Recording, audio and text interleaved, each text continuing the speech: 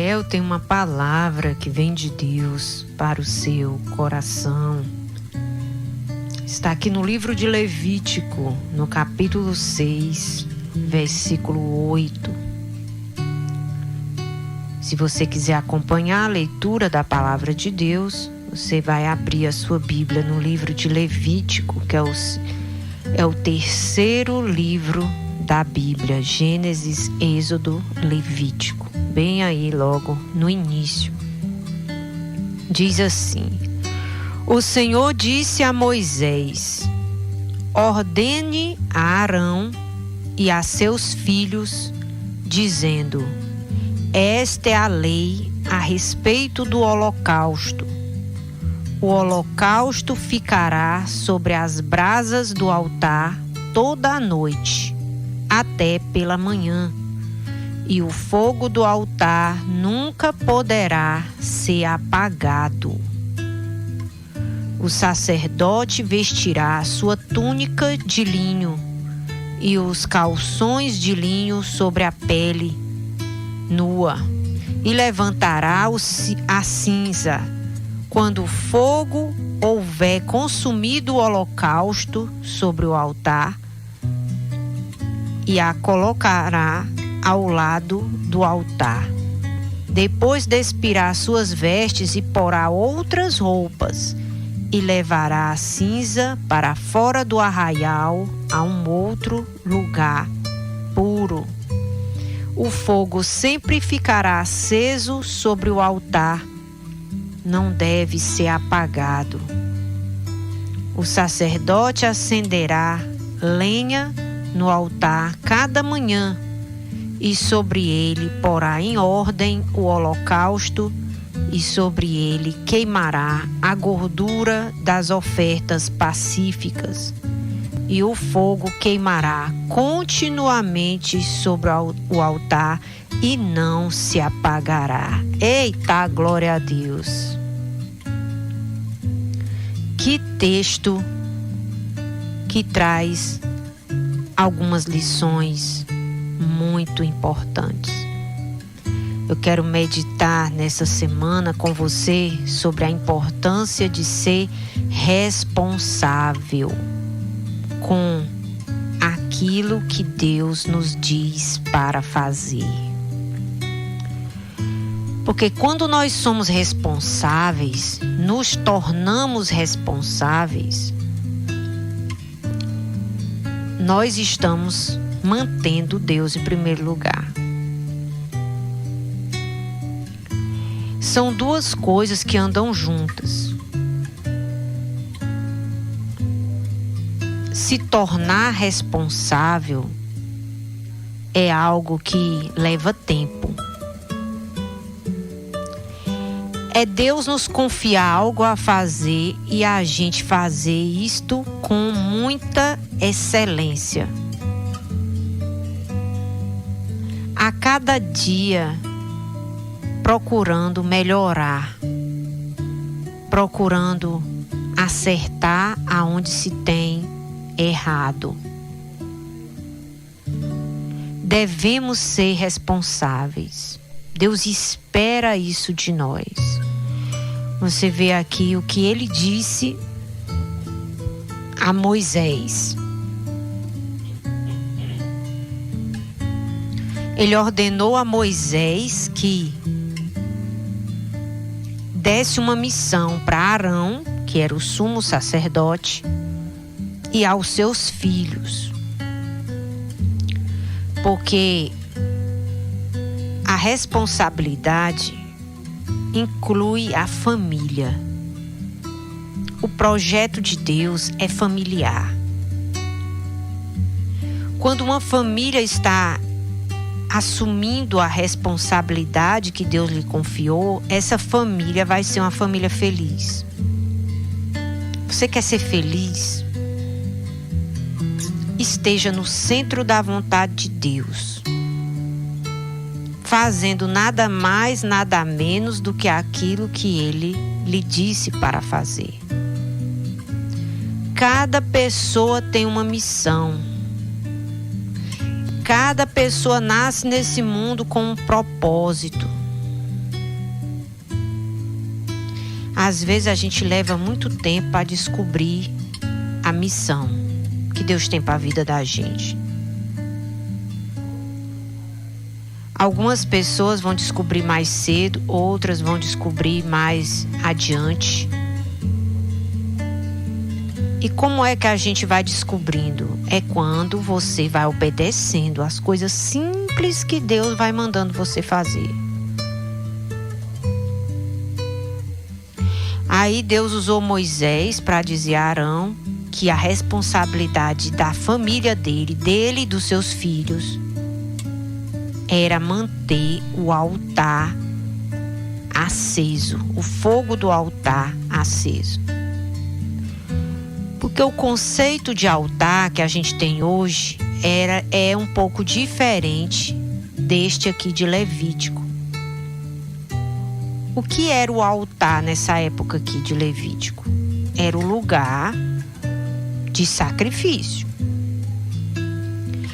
Era em cima do altar que era colocado as ofertas, os holocaustos, que as ofertas eram feitas de animais.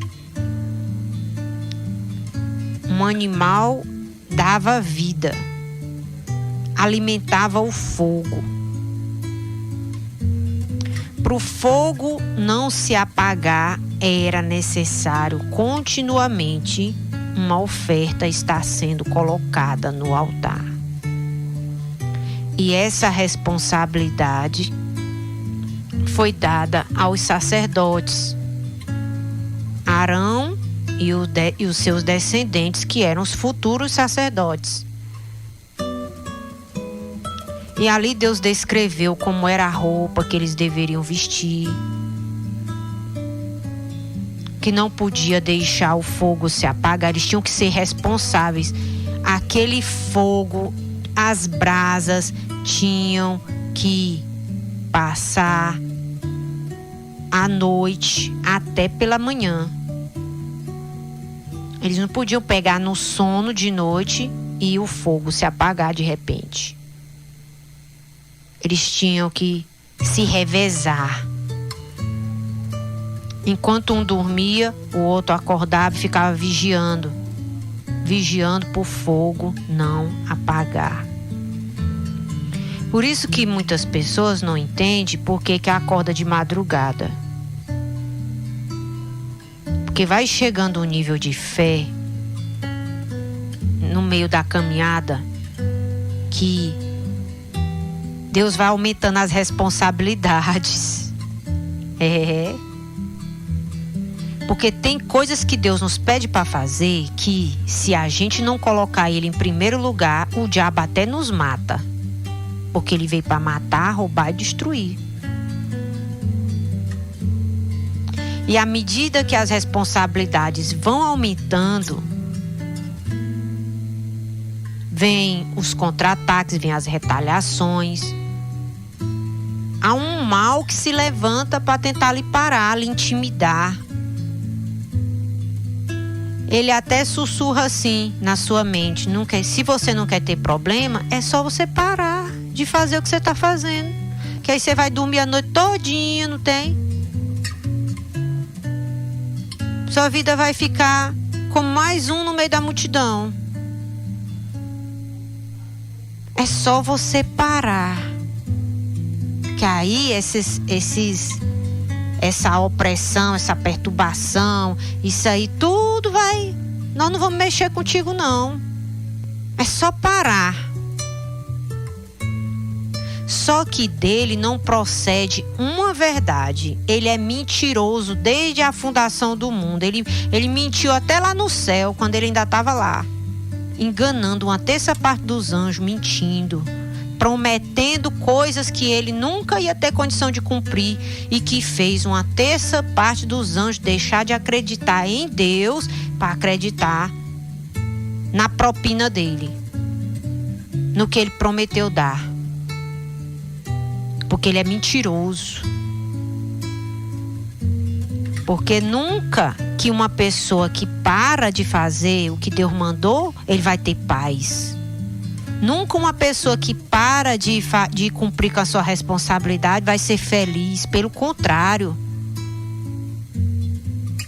Eu posso lhe dizer, porque já tive fase na minha vida que eu estacionei. Que eu parei. Que eu não quis enfrentar a oposição. Eu deixei que a oposição me parasse. E sabe o que a gente ganha com isso? Depressão, tristeza, perda de talentos que Deus lhe deu. Aí Deus tira aquela capacidade e dá para outro que está fazendo. Perturbação dentro de casa, porque aqueles que não lhe davam trabalho começam a dar. Porque você precisa entender uma coisa. Que quando você está envolvido na responsabilidade que Deus lhe confiou, você vai ter uma sombra de Deus sobre a sua cabeça, porque Ele vai contigo. Ele vai estar junto. E essa sombra eu quero chamar de graça, que é o favor que nós não merecemos. Eu não mereço as coisas boas que Deus tem me dado. Eu tenho certeza que eu não mereço. Se alguma coisa boa há em mim, se alguma pessoa de Deus está perto de mim, se os meus filhos são a bênção que são na minha vida, se meu esposo é a bênção que é na minha vida, eu não mereço nada disso aí. O que é isso? É a graça de Deus. É um favor de Deus. Como a palavra de Deus diz, que aquele que encontrou uma boa esposa encontrou o favor do Senhor, porque isso vem de Deus. É um presente de Deus. E esses presentes Ele dá para quem? Ele dá para quem está sendo responsável com a missão. É uma das formas de Deus nos recompensar. É mais ou menos assim. Deus vai e começa a transformar as pessoas dentro da nossa casa, que nos dão trabalho. Ele começa a transformar essas pessoas em pessoas obedientes, pessoas fáceis de se lidar, para poder a gente ter tempo para fazer a missão. É igual que Arão e seus filhos. Deus deu para Arão bons filhos para ajudar ele na missão. Por quê? Porque ele aceitou a missão. Aí Deus foi e disse: eu vou designar teus filhos para te ajudar, para se revezar. Porque isso aqui, amado, é projeto de Deus, é projeto divino. Se você aceitar a responsabilidade que Deus tem para a tua vida, Deus vai começar a encaixar na tua vida as pessoas que vão te ajudar. E as primeiras pessoas que Ele começa a encaixar é o da família. Porque Deus sabe que dentro de casa é aonde a gente mais precisa de ajuda. Ele vai dar dons a teus filhos para te ajudar. Eu estou bem aqui fazendo rádio. Quem está me ajudando? Meu filho. Então tem tantas coisas que eu faço que quem está me ajudando. Ontem mesmo eu estava fazendo louvor, pregando. E quem é que estava pregando para as crianças lá na escolinha? Minha filha. Então tem coisas, amado, que Deus quer lhe dar. Deus quer transformar na sua vida. Mas esses milagres só vão acontecer quando você aceitar a sua responsabilidade no reino de Deus, na casa de Deus, na obra de Deus. A responsabilidade de Arão e seus filhos era prover o sacrifício para o altar. Esse sacrifício era trazido pelo povo, que trazia os seus holocaustos, e ali Arão e seus filhos davam conta de manter o altar sempre aceso, de manter o altar limpo. Quando terminava de queimar, tinha a cinza para limpar. Tinha as roupas que eles vestiam para fazer a faxina, que era diferente das roupas que eles vestiam quando estavam oferecendo a Deus o sacrifício. Deus foi descrevendo tudo que eles tinham que fazer, tintim por tintim, sabe? E a responsabilidade deles era não deixar o fogo apagar. Então Deus tem uma responsabilidade para cada pessoa. Deus tem a responsabilidade de manter a casa de Deus organizada, é feita por um diácono. A responsabilidade de transformar a casa de Deus numa casa de oração, porque Jesus disse: a minha casa será chamada casa de oração, a casa de Deus. Aí Deus vai levantar as colunas de oração, os irmãos que estão sempre ali orando para o fogo não apagar, intercedendo pelos visitantes, intercedendo pela vida do pastor, da pastora, intercedendo para que o rádio cumpra a sua missão, intercedendo para que aqueles que não estão ainda entendendo a palavra possam entender, aqueles que ainda não foram chamados possam ouvir o chamado de Deus e manter as portas da casa de Deus abertas. Então cada um tem um chamado, uma responsabilidade de ser um provedor da obra, de não deixar que a obra pare, pelo contrário, ser responsável para que a obra continue sempre avançando. E isso se dá quando os discípulos, o povo, entende que você precisa estar aliançado com seu profeta, com seu pastor. Aqui em 2 Reis, no capítulo 6, nós vamos ver outro exemplo de pessoas que assumiram a responsabilidade. Diz assim, versículo 1: os discípulos dos profetas disseram a Eliseu: eis que o lugar em que moramos com você é pequeno demais para nós. Vamos até o Jordão e tomemos de lá, cada um de nós, uma viga e construamos um lugar para morar. E ele respondeu: vão. Mas um deles disse: tenha a bondade de ir com estes teus servos. E Eliseu lhe disse: eu irei. E foi com eles. E quando chegaram ao Jordão, cortaram madeira, e aconteceu que enquanto um deles derrubava um tronco, o machado caiu na água e ele gritou: ai, meu senhor, o machado era emprestado. E o homem de Deus perguntou: aonde foi que ele caiu? E ele lhe mostrou o lugar. E então Eliseu cortou um galho, jogou na água naquele lugar e fez o machado flutuar. E então ele disse: pegue-o. E o homem estendeu a mão e o pegou. Diga glória a Deus. Você vê aqui como é bom a gente, como discípulo, estar perto do profeta, do pastor, para poder nós darmos conta da nossa responsabilidade. Esses discípulos, eles tinham um problema.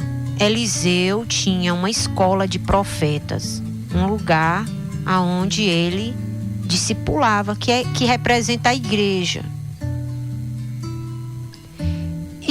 E aquele local estava pequeno, eles precisavam de um lugar maior.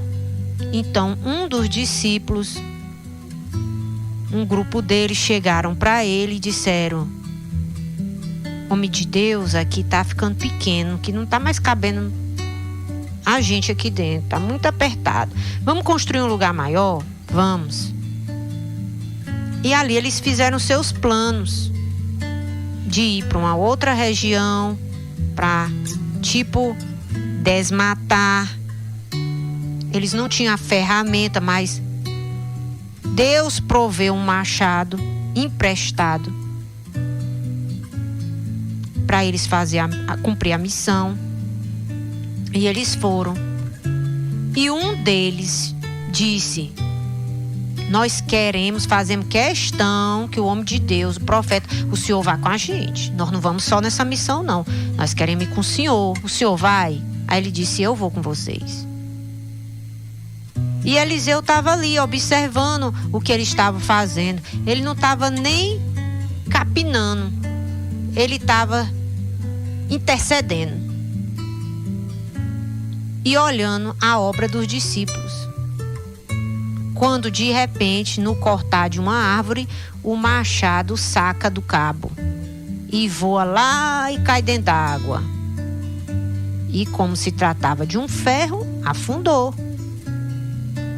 Mas aquele discípulo que sabia que Deus era com seu profeta, correu no profeta, no homem de Deus. Aí disse: meu Senhor, e agora? O machado era emprestado. O que é que nós vamos fazer? Nós temos que devolver para o dono o machado, a lei. E caiu lá no fundo do Rio Jordão. Aí o profeta disse: me mostra onde foi o lugar. Foi bem aqui. Aí o profeta pegou o galho de uma árvore e profetizou que o machado ia flutuar, ia sair das profundezas e ia flutuar. E assim como o homem de Deus falou, assim o impossível aconteceu. E aquele discípulo ficou sabendo que Deus estava com o seu profeta e que a palavra do seu profeta Deus fazia acontecer. Aí o profeta disse assim: agora pega o machado que está boiando aí, bota no cabo de novo. E assim foi testemunhado esse milagre que aconteceu na construção da casa de Deus, da casa dos profetas. Porque cumprir com a responsabilidade, se tornar responsável, leva tempo. Esse machado representa os nossos talentos, as habilidades que Deus nos confiou, que são emprestados. Um dia nós vamos ter que prestar conta e devolver esse talento multiplicado para aquele que nos deu a oportunidade de servir.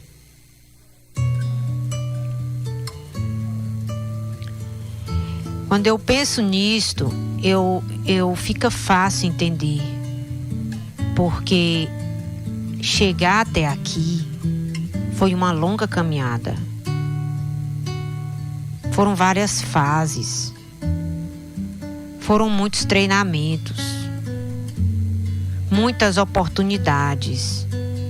A maioria das coisas que Deus foi pedindo para eu fazer, eu não sabia fazer nenhuma delas. Mas comecei a fazer. E Deus foi lapidando. E ainda hoje, Deus está trabalhando. Se você não começar, você nunca vai chegar lá. E como o pastor João de Deus sempre tem nos ensinado que se não sabemos fazer algo, comecemos a andar com quem sabe. Mais do que a gente. É como a lenha. Quando você quer fazer um fogo, você bota os pauzinhos tudo um pertinho do outro e aí fica mais fácil do fogo pegar. Você junta os carvãozinhos tudinho, bota um pertinho do outro ali para ficar mais fácil do fogo pegar. Se você ficar isolado, distante, dando uma de difícil, só vou se alguém vier me chamar, só vou se alguém vier me buscar, só vou se alguém me adular, só vou se alguém me pagar, aí por aí vai, não falta argumento não, irmão. Só vou fazer se for uma coisa que eu goste. Aí tá frito, porque a grande maioria das coisas que Deus pede pra gente fazer, de início, a gente não gosta não. A carne não gosta. O Espírito que habita em nós fica saltando de alegria, feliz, a ponto dos nossos problemas se derreter assim, sabe? Sumir. Porque a alegria do Espírito é tão grande dentro de nós que os nossos problemas desaparecem quando você está fazendo o que Deus mandou você fazer. Eu já tive a experiência de por obedecer o que Deus mandou eu fazer, eu fui curada fazendo aquilo que Deus mandou eu fazer. Comecei a fazer com dores e quando terminei, cadê a dor? Sumiu. Por quê? Porque Deus está trabalhando na nossa vida. E a salvação desses discípulos foi porque na hora que eles iam saindo, tudo empolgado com a construção da casa nova, não tem? Um deles se lembrou de convidar o profeta para ir junto. Porque se o profeta não tivesse na obra, debaixo daquela sombra onde ele estava, podia até as pessoas dizer que ele não servia para nada e não faz nada, como muitas vezes pastor escuta essas coisas. Que o que ele faz é nada e que ninguém precisa dele para nada. Mas esse discípulo, ele teve a felicidade de entender que ele precisava do homem de Deus. O homem de Deus tem suas falhas, tem, como todos os homens que não são de Deus, tem falhas. Porque ele é humano, mas há poder numa palavra que sai da boca de um homem de Deus. Há poder. Então devemos estar nessa posição de receber a bênção, de receber a palavra de bênção, de provocar essa palavra de bênção. E aí quando aquele discípulo precisou da palavra, a palavra estava perto dele, na boca do profeta. E assim como o homem de Deus falou, assim Deus fez acontecer. E a obra não parou, a construção não parou, eles não ficaram no prejuízo porque o machado foi devolvido intacto, porque era emprestado. Eles não perderam o machado. Então, se você não quer perder o que Deus te confiou, que é emprestado, você precisa se envolver com a obra. E você também precisa, gostando ou não, querendo ou não, estar perto do pastor. Como é que a gente se aproxima do pastor? É seguindo ele para onde ele está indo. Quando ele diz assim, vamos ali, estamos juntos. Vamos orar, vamos. Vamos para o culto, vamos. Vamos para o evangelismo, vamos. Vamos lá na Peniel, vamos. Aí você está perto, ele está perto. Mas às vezes a gente quer chamar o homem de Deus para projetos particulares, individuais. Esse discípulo foi ele que chamou o profeta, mas a obra era do profeta. Era do homem de Deus, era na casa de Deus. Não era lá na fazenda, no sítio particular, para descansar. Não era. Era a obra da construção da casa de Deus. Então, em nome de Jesus, vamos nos unir para que o fogo não se apague. Para que os seus talentos não virem cinza. Para que haja um renovo na sua vida. Um avivamento. Você que já está quase se apagando, não tem? Já está a ponto de desistir da fé. De não ir mais para a casa de Deus. Porque está desanimado. Porque esfriou, não sabe? Passou um dia sem ir, agora não tem mais força mais de ir. Vai mesmo sem força, vai mesmo sem ter vontade, que quando chegar lá, Deus vai te dar o fogo, o altar, Deus vai acender de novo a chama, que tá só fumaça, Em nome de Jesus, eu libero essa palavra na tua vida, essa profecia divina que Deus está mandando eu falar para ti, meu amigo, minha amiga, ouvinte. Pastora, mas hoje nós não capina mais, nós não mata mais o bicho para botar lá no altar. E agora, qual é a missão? Qual é a missão? Qual é o projeto? O projeto é o velho de sempre, que Jesus disse aos discípulos, lá em Mateus, no capítulo 10, versículo 8, você pode ler comigo, que diz assim,